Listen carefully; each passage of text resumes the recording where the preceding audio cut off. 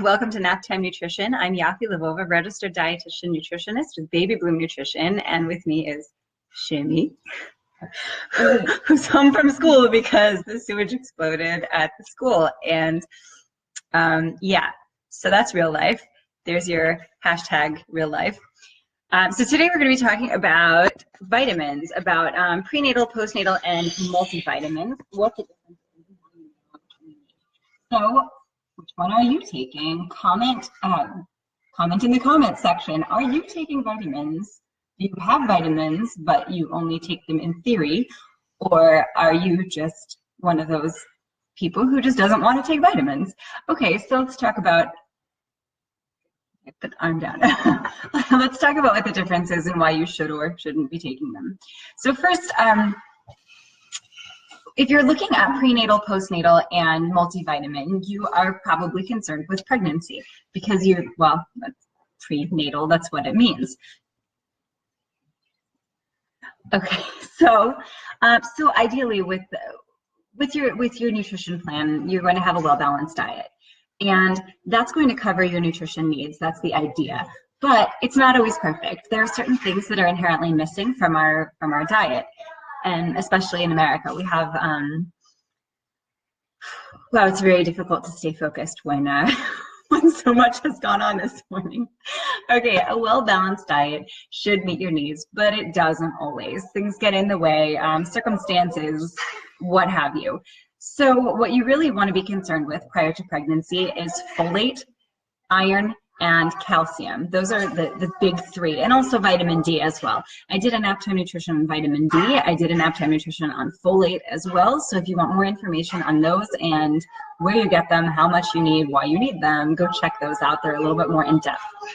Other things that you want to pay attention to concerning your health when you're getting ready to get pregnant is your A1C, your inflammatory markers, your stress level as well, and also happy movement, exercise, and I'm just going to throw that in with stress level. You want to make sure that you are as healthy as possible before creating a life in your body.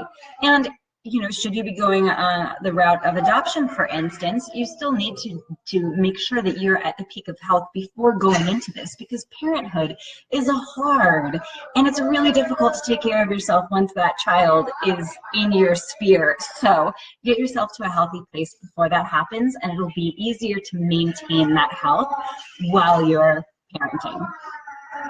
So do I need a vitamin? Well, probably, because even if you believe you have a balanced diet, a lot of the produce, for example, that's in your diet has come from a long ways away. It sits on trucks, it's not picked at the appropriate time, and then it sits on the shelf in the supermarket, and then it sits in your refrigerator or on your counter until you finally eat it.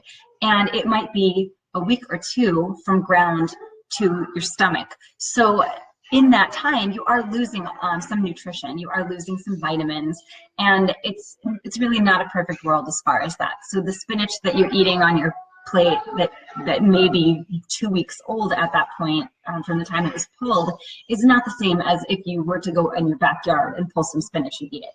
And that's just not a reality for most of us. Most of us are not growing spinach in our backyard. So a vitamin is really insurance in order to cover the gaps. It's to make sure that your balanced diet really is giving you balance and that you are getting all of those micronutrients that you need. So probably you do need some kind of multivitamin. I have lots of multivitamins. I'm terrible at taking them. So do you take your vitamins, or are they just sitting there staring at you? Comment in the comment section. Trying to increase engagement here. So as far as a prenatal, what's the big deal with the prenatal?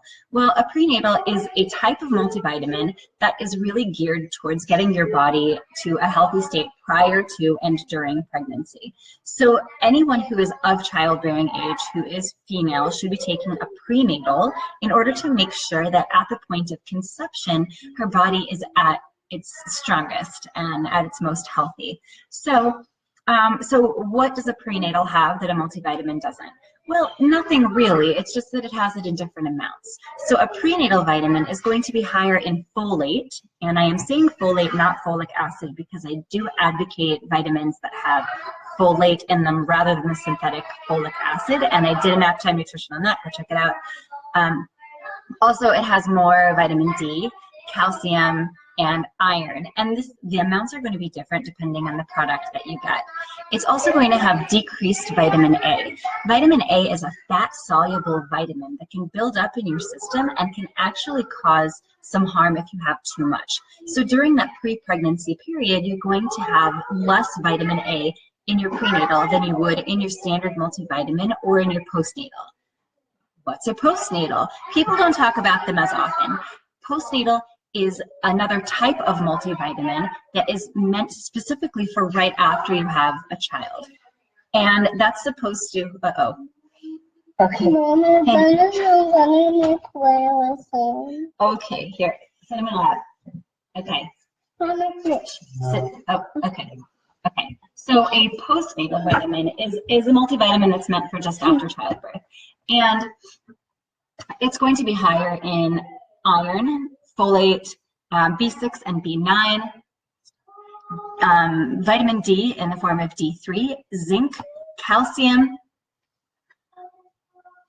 real life, this is real life, calcium, and you get that vitamin A back because it's not as toxic to the baby once the baby is on the other side. You also do need to consider DHA. Some postnatal vitamins have DHA, but it's not going to be in, I haven't seen any in the amount that I would recommend for a woman who's just had a child, especially a woman who may be experiencing some depression or anxiety. So that's something to think about. Some other postnatals also have breastfeeding support in the form of herbs to help breast milk production, like fenugreek. And that's something you want to discuss with your lactation consultant, your IBCLC, to make sure that it's appropriate for you. And those are good questions to have. So I got a thumbs up. Thanks, Paula. Yeah, any of this you want to discuss with your doctor, because everyone's nutrition is individual and you want to make sure that what you're putting in your body is meant for your body and your situation. So it's best to discuss that with someone who's familiar with your history and your case. So thank you for joining me for Naptime Nutrition. I have an exciting guest coming up, not next week, but the following week. And we're going to be talking about food introduction and timing. And she's a feeding therapist. So if you have any suggestions, for topics for next week, please let me know in the comment section.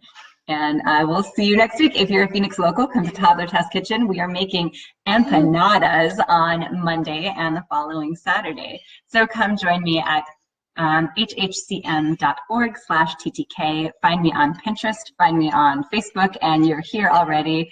Oh, hey, Robin. Thanks for joining.